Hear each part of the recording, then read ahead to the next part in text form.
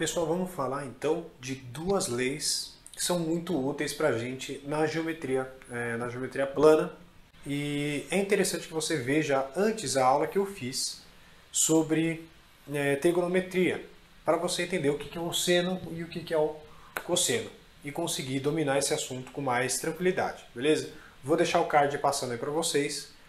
Se vocês não tenham visto ainda, vocês acessem lá, que eu explico de uma maneira legal uma abordagem mais geométrica do seno, cosseno e tangente, tá certo? Então tá, sabendo disso, vamos agora demonstrar essas duas leis, tá?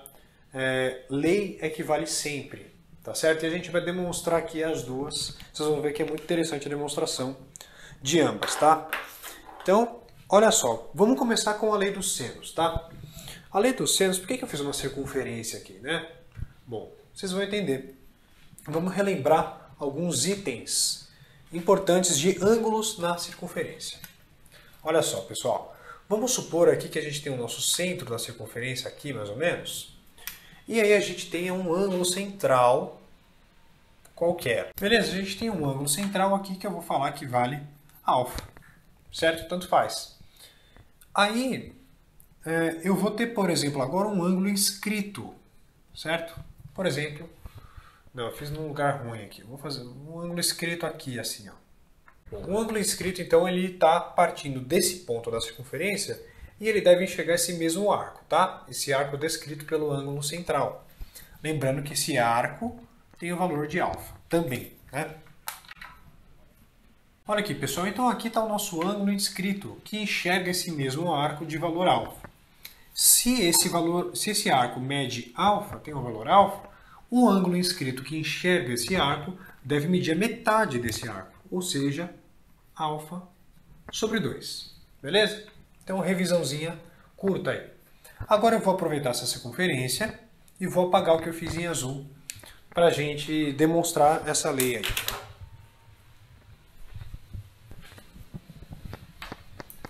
Bom, galera, então o que eu já fiz aqui? Eu já apaguei o que estava em azul e fiz um triângulo que está inscrito a essa circunferência. Esse triângulo eu vou falar que tem lados A, B e C. Né? Oposto a A, esse ângulozinho eu vou falar que mede alfa. Oposto a B eu vou falar que mede beta. E oposto a C eu vou falar que mede gama. E aqui está o nosso centro da circunferência. Beleza, então eu posso entender o seguinte, que se esse ângulo mede alfa, esse arco mede 2 alfa. Beleza? E aí eu posso ter um ângulo central aqui, que vale 2 alfa também. Mas não vou fazer esse ângulo central. Enfim, então existe uma maneira de relacionar esses 3 lados desse triângulo com os 3 ângulos. E eu vou traçar um segmento mágico aqui. Tracei um segmento mágico, que passa pelo centro da circunferência. Né? Então, esse segmento tem medida 2R. Beleza? Diâmetro aí. Vou traçar um outro segmento mágico. Tracei outro segmento mágico agora. Mas a gente não vai identificar a sua medida. Percebam uma coisa aqui, pessoal. Esse ângulo aqui, essa quina, está enxergando esse arco que corresponde a uma semicircunferência.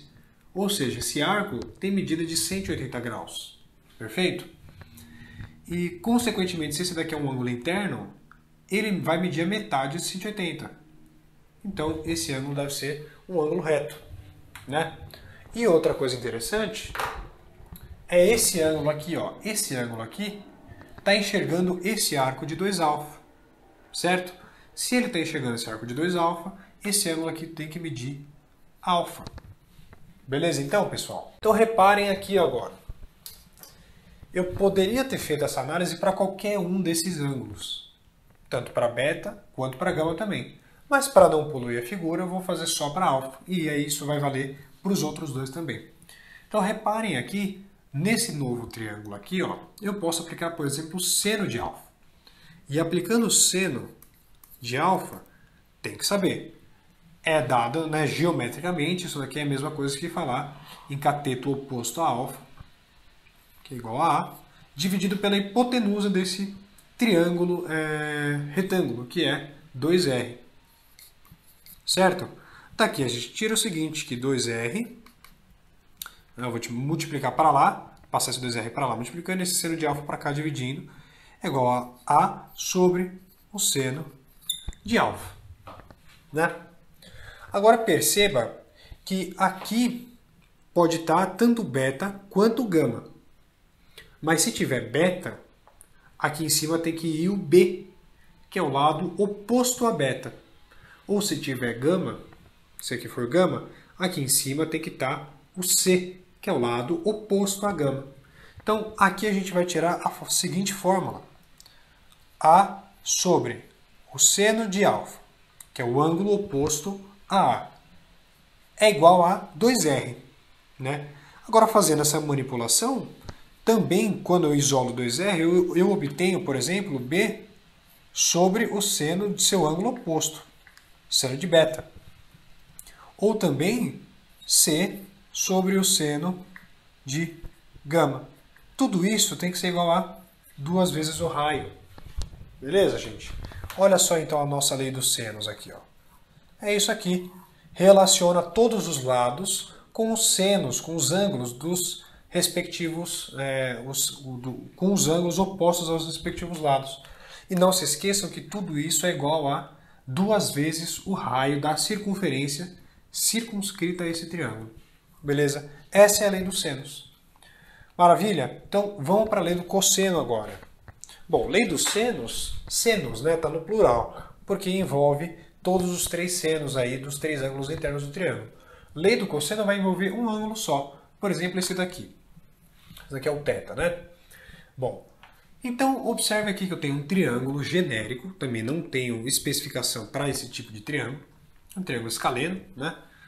E aí eu tenho, por exemplo, o lado A, o lado B, o lado C e esse ângulo θ. Certo? Vale para qualquer ângulo, mas eu tenho esse ângulo θ.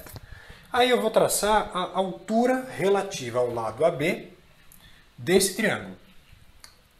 Está aqui a nossa altura e eu chamei de Hzinho.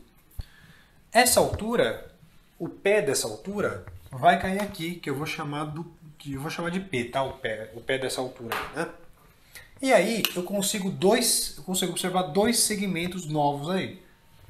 Esse segmento que eu vou chamar de X, tá? E esse outro segmento aqui, que obviamente é C menos X, certo? Beleza. Aí, olha só, pessoal. Tem que saber, tá? Cosseno de θ, lembrando que aqui tem que ser um triângulo retângulo, né? Isso aqui é triângulo retângulo para uma altura. Então, se eu escrever, por exemplo, cosseno de θ, ó, eu estou escrevendo na geometria o cateto adjacente a θ dividido pela hipotenusa, né? Que é B. Para esse triângulo APC, que é um triângulo retângulo que a gente está considerando. Então, isolando o X, passo o B para lá multiplicando. X, então, deve ser igual a B vezes cosseno de θ. Legal? Vamos guardar essa informação. Agora eu vou fazer 2 teoremas de Pitágoras. Um no triângulo APC e outro no triângulo PBC. Então, no triângulo mais estreito primeiro. Cateto ao quadrado é x ao quadrado. Mais o cateto ao quadrado, h quadrado. Isso daqui é igual a b quadrado. Legal, tem essa relação primeiro aí, vou deixar reservada. Agora no triângulo PBC, eu tenho o cateto ao quadrado, c menos x ao quadrado, mais cateto ao quadrado, h ao quadrado. Isso é igual a hipotenusa ao quadrado, que é igual a quadrado. Certo? A gente vai desenvolver isso daqui agora, né? Vamos desenvolver então esse produto aqui, né? Bom, a gente tem o quadrado do primeiro, menos 2 vezes o primeiro pelo segundo, mais o quadrado do segundo. E aí o resto da fórmula, né? Bom, agora quem que é x quadrado mais h quadrado, né? Eita, minha tinta aqui, ó. Quem que é isso daqui? É justamente o b quadrado, né? Ó. Beleza? Isso aqui é b quadrado. Então a gente vai jogar b quadrado no lugar disso. A gente vai ter o seguinte. A quadrado é igual a b ao quadrado mais c quadrado, certo? menos 2 vezes, aí eu vou trocar c com x aqui, vou colocar x vezes c, né? Então a gente tem isso daqui até agora. Agora, quem que é x? X é b cosseno de θ, certo? Então, no lugar de x aqui, eu vou jogar b cosseno de θ. Então aqui a gente vai ter o seguinte, ó. A ao quadrado igual a b quadrado mais c quadrado menos 2 vezes x, que é b cosseno θ. Na verdade, eu vou deixar o cosseno θ para lá para a gente escrever como se encontra por aí. Tá? Mas saiba que é b cosseno θ. Então a gente tem 2 vezes b vezes c vezes o cosseno de θ, porque faltou a gente escrever ainda, né? Então, está aqui a nossa lei do cosseno. Percebam que é só um ângulo que está envolvido aqui. Então a gente consegue relacionar os 3 lados de qualquer triângulo, caso a gente já tenha um ângulo dele, né? Lembrando que o que vai ficar para cada igualdade sozinho é o lado que está oposto a esse ângulo que a gente está estudando, certo? A gente não pode confundir isso, senão vai dar errado. Então tá aqui, ó, lei dos senos e lei do cosseno demonstrados aí para vocês, beleza? Não saiam daí, a gente vai fazer alguns exercícios para fixar essas fórmulas, beleza, pessoal?